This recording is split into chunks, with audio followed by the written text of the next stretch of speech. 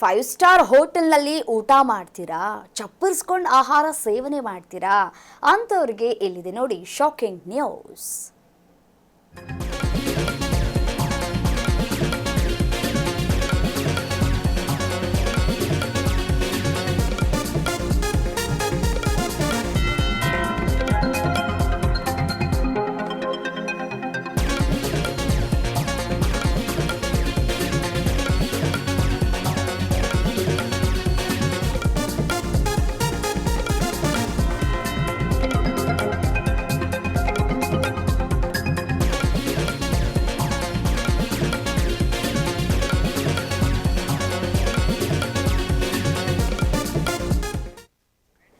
Five star ಹೋಟೆಲ್ಗಳ ಕರ್ಮಕಾಂಡ ಬಯಲಾಗಿದೆ. Five star hotel ಅಂತ ಹೇಳಿ ನಂಬ್ಕೊಂಡು ಹೋಗುವಂತಹ ಮೂರ್ಖರು ನಾವುಗಳು ಅಂತ ಹೇಳಿ ಈ ಮುಖಾಂತರ ಸಾಬೀತಾಗ್ತಾ ಇದೆ. ಫೈವ್ ಸ್ಟಾರ್ ಹೋಟೆಲ್ ಅಂತ ನಂಬಿ ಹೋದವರಿಗೆ ಇದೀಗ ನಿಜಕ್ಕೂ ಆಘಾತ ಎದುರಾಗ್ತಾ ಇರುವಂಥದ್ದು. 60 ಹೋಟೆಲ್ಗಳ ಮೇಲೆ ಫುಡ್ ಸೇಫ್ಟಿ ಇಲಾಖೆ ಅಧಿಕಾರಿಗಳು ದಾಳಿಯನ್ನು ನಡೆಸಿದ್ದಾರೆ. ಕೊಳೆತ ಮಾಂಸ, ಕೊಳೆತ ತರಕಾರಿ, ಅವಧಿ ಮೀರಿದ ಹಾಲು ಎಲ್ಲವೂ ಕೂಡ ಸಿಕ್ಕಿದೆ.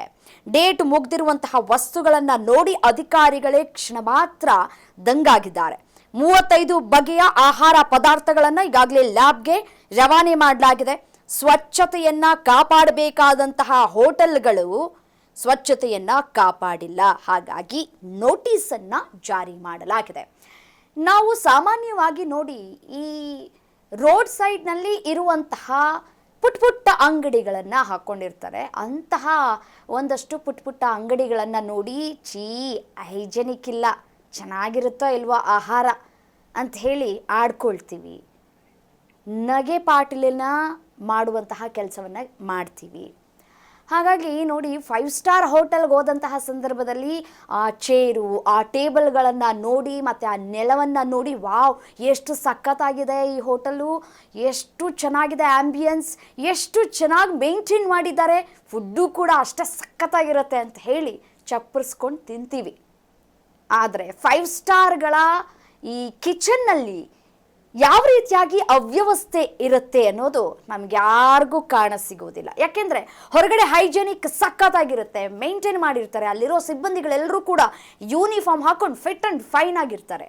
ನಾವು ಹೀಗೆ ಒಳಗೂ ಕಿಚನ್ನಲ್ಲೂ ಸಖತ್ತಾಗಿರುತ್ತೆ, ಹಾಗೆ ಕಿಚನನ್ನು ತುಂಬ ಚೆನ್ನಾಗಿ ಮೇಂಟೈನ್ ಮಾಡಿರ್ತಾರೆ, ಹಾಗೆ ಇಲ್ಲಿ ಸಿಗುವಂತಹ ಆಹಾರಗಳು ಫುಲ್ಲು ಹೈಜೆನಿಕ್ ಆಗಿರುತ್ತೆ ಅಂತ ನಂಬ್ಕೊಂಡಿರ್ತೀವಿ. ಬಟ್ ಆದರೆ ಅಧಿಕಾರಿಗಳು ದಾಳಿ ಮಾಡಿದಂತಹ ಸಂದರ್ಭದಲ್ಲಿ ಗೊತ್ತಾಗತ್ತೆ ಫೈವ್ ಸ್ಟಾರ್ ಹೋಟೆಲ್ಗಳ ಕರ್ಮಕಾಂಡ ಏನು ಅನ್ನೋದು.